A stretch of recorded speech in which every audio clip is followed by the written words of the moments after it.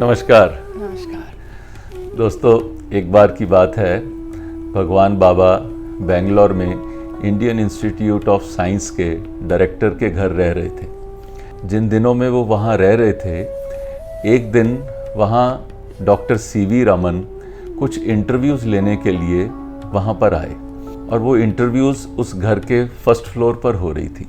बाबा नीचे बरामदे में बैठे थे और उन्होंने देखा कि एक लड़का वहाँ पे थोड़ा सा कंफ्यूज्ड दिख रहा था और वहाँ खड़ा वेट कर रहा था। बाबा ने उसको अपने पास बुलाया और उसको पूछा, बेटा आप कैसे आए? तो उसने कहा कि बाबा मैं इंटरव्यू देने के लिए आया हूँ।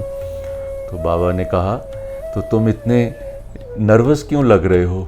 उसने कहा, बाबा मुझे बहुत घबराहट हो रही है। बाबा ने उसको समझाया, तुमसे जो सवाल पूछा जाए उसका सच सच जवाब देना, लेकिन जिसका जवाब तुम्हें नहीं आता हो तो झूठ नहीं बोलना, उनको कह देना कि मुझे इसका जवाब नहीं आता।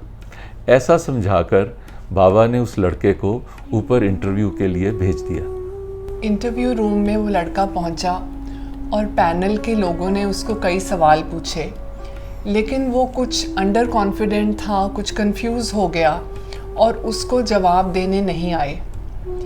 तो डॉक्टर रामन ने उसको बोला कि यू आर रिजेक्टेड, तुम जा सकते हो। वो लड़का नीचे आ गया और बाबा वहीं बरामदे में बैठे थे। उन्होंने उसको पूछा क्या हुआ इंटरव्यू में। तो लड़के ने कहा कि बाबा उन्होंने मुझे बोला कि तुम यहाँ से जाओ क्योंकि मैं उनके सवालों के जवाब नहीं दे पाया। तो भगवान बाबा ने उसको पूछा कि तुम्हें यहाँ आने के लिए इन्होंने क्या कोई ट्रैवल अलाउंस दिया था? तो उस लड़के ने कहा, हाँ स्वामी, 15 रुपये दिए थे उन्होंने पूछा कि कितना खर्चा हुआ तुम्हारा? तो उसने कहा कि मैं गांव से यहाँ तक आया तो मेरे 10 रुपये खर्च हो गए। तो स्वामी ने उससे कहा कि जो 5 रुपये तुम्हारे पास बचे हैं उसे तुम डॉक्टर रामन को लौटा देना। यहाँ पर खड़े रहो, अभी थोड़ी देर में सभी लोग नीचे आएंगे तो तुम डॉक्टर रामन को ये पैसे लौटा देना। कुछ देर में इंटरव्यू पैनल के सभी लोग नीचे आए। डॉक्टर सीवी रामन ने देखा कि वो लड़का वहीं पर खड़ा है, तो उन्होंने उससे पूछा, क्या बात, तुम गए नहीं, यहीं खड़े हो?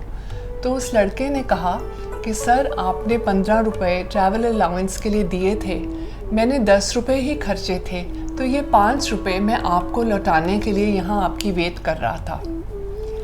डॉक्टर रामन ने बड़ी हैरानी से उसकी तरफ देखा और बोला, you are a very good boy. और उन्होंने कहा कि ये 5 रुपये तुम रख लो, तुम खाना खा लेना इससे।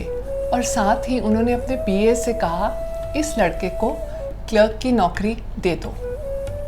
ऐसा कहकर डॉक्टर रामन और लोग सब अंदर चले गए और वो लड़का भगवान बाबा के चरणों में गिरकर उसने धन्यवाद किया, भगवान आपने मुझे कितना अच्छा गाइड किया और मुझे ये नौकरी मिल गई, मैं आपका बहुत आभारी हूँ। प्रिय, हमेशा कहा जाता है कि honesty is the best policy. हम सबको अपना व्यवहार में ईमानदारी लानी चाहिए, हमेशा सत्य बोलना चाहिए, ये सब लोग बताते हैं। लेकिन इस कहानी से आपने ज़रूर इस चीज़ को नोट किया होगा कि वो व्यक्ति चाहे अपने जवाब देने की कैपेबिलिटी से सिलेक्ट नहीं हुआ, लेकिन वो अपना सच बोलने की और ईमानदारी की वैल्यू से सिलेक्ट हो गया। आज जहां हम आज़ादी का अमृत महोत्सव मना रहे हैं, आज देश को अच्छे संस्कारित व्यक्तियों की आवश्यकता है और उन संस्कारों को देने के लिए गुरु या माता पिता, उनको भी अपने बच्चों को ऐसे ही समझाना पड़ेगा। तभी हमारा देश, जो एक जगत गुरु जैसे पहले माना जाता था, आगे बढ़ के फिर से एक बार जगत गुरु बनने की तरफ हम आगे बढ़ें। इस आज़ादी के अमृत महोत्सव के अवसर पर मैं आप सबको शुभकामनाएं देता हूँ।